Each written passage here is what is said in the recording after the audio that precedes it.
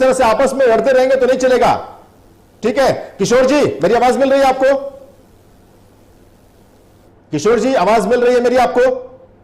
आवाज मिल रही है आपकी आवाज। सर मेरा सवाल आपसे है कि एक और बड़ी बात कही है गिरिराज सिंह जी ने। उन्होंने कहा है कि बिहार को बंगाल नहीं होने देंगे।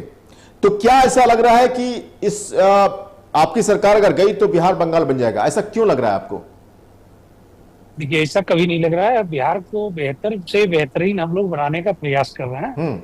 और बिहार 2005 में जैसा था वैसे ही 10 में रहेगा, वैसे ही 15 में रहेगा, वैसा ही 20 में रहेगा, वैसा ही 25 में और वैसा ही 30 में रहेगा। बिहार बिहारियत के दम पे चलता है। और बिहार की तुलना किसी अन्य राज्य से ना करके हम लोग बिहार से करते हैं। 2020 में हमने जो दिया उससे अधिक 2025 में देंगे, और 2025 में हम लोग जो दे रहे हैं उससे अधिक 2030 में देंगे। ठीक है। तो आपके लिए कोई ऐसा ये उनका बयान से कोई आप मतलब आपको नहीं लगता कि जो वो कह रहे हैं उनका इशारा किस तरफ है? उनका सिर्फ इशारा इस तरफ है कि अगर आपकी सरकार गई तो हिंदुओं पर जिस तरह से जाति हो रही है बंगाल में, वो बिहार में भी शुरू हो जाएगा। इसका तो इशारा ये है ना? हमारे माननीय मुख्यमंत्री नीतीश कुमार जी कास्ट कम्युनिटी। अरे भाई उसका ये नहीं कह रहा हूं मैं कह रहा हूं कि इस बयान के पीछे के मकसद को समझ रहे हैं ना आप?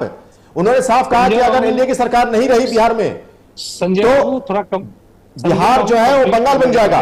और बंगाल में हिंदुओं की स्थिति क्या है आप देख रहे हैं, जो तस्वीरें आ रही हैं वहां से। संजय जी मैं लौटता हूं आपके पास।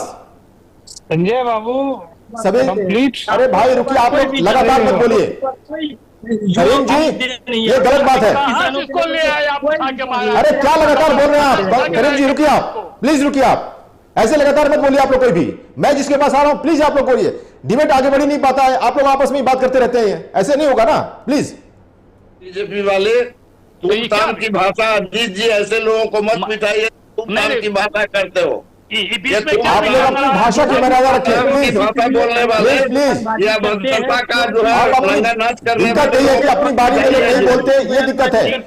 आप सभी से मेरी रिक्वेस्ट है। कबाड़ की दुकान क्यों बना दिए है? अच्छा सुनील जी, काम करने वाले कौन से संस्कार के लोग हैं? अरे यार आप लोग ऐसे मत कीजिए प्लीज। आप लोगों से गुजारिश है, ऐसे मत बोलिए। भाषा की मर्यादा को ध्यान में रखे कीजिए प्लीज प्लीज।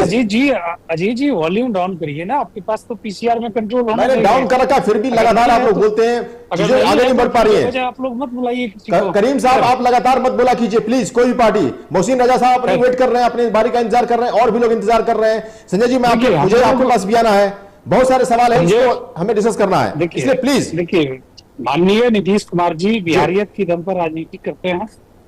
हम लोग कास्ट क्रीड कम्युनिटी से ही कर हिंदू मुस्लिम सिख ईसाई जैन धर्म जी सबके लिए विकास का दरवाजा खोलते हैं और सबका विकास करते हैं जी। और आपसे गुजारिश होगा कि जब कभी बुलाते हैं तो थोड़ा बैठिए और पैनल को रखें जी, ताकि कम से कम 2 मिनट ही समय दें तो आदमी बोल सके। जी। मैं देख पा रहा हूँ कि एक दूसरे को इंटरप्ट करके जिस तरह से माहौल बनाया जा रहा है जी। तो आपका भी समय जाया हो रहा है और कहीं कहीं हम लोग बिल्कुल ठीक है। हम लोग मुद्दे पर आते हैं।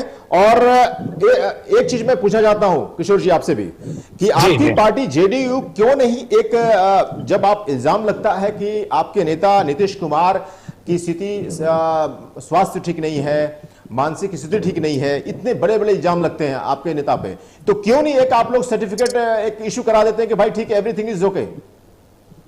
सर्टिफिकेट तो हम लोग इशू करा रहे हैं। आप देखिए 8 डिग्री से लेकर 48 डिग्री के टेम्परेचर तक नीतीश कुमार जी सड़कों पे उतरकर विकास कार्यों का मूल्यांकन करते हैं जी। वहाँ ना कोई बिचौलिया होता है ना कोई अन्य होता है। डायरेक्ट सीएम नीतीश कुमार माननीय मुख्यमंत्री जी जमीन पर उतरकर तपती दोपहरी में और कपकपाती ठंड में सड़कों पर होते हैं और विकास कार्यों का मूल्यांकन करते हैं, अवलोकन करते हैं और निर्देशन देते हैं, निर्देशित करते हैं लोगों को। इससे बड़ा सर्टिफिकेट क्या होगा बिहार की जनता के लिए कि जब आप 55 साल के सार्वजनिक जीवन वाले नीतीश कुमार जी पर किसी तरह का भ्रष्टाचार का आरोप, किसी तरह का अन्य आरोप साबित नहीं कर सके तो आप उन पर मानसिक बीमार होने का आरोप लगा रहे हैं और हमारे मुख्यमंत्री जी काम के दम पर इस आरोप को भी खत्म कर देंगे और कर रहे हैं। बिल्कुल, मुझे लगता है कि देखिए विपक्ष के पास जो आपके नेता को लेकर नहीं किशोर जी, मैं ये इसलिए कह रहा हूं कि विपक्ष हमेशा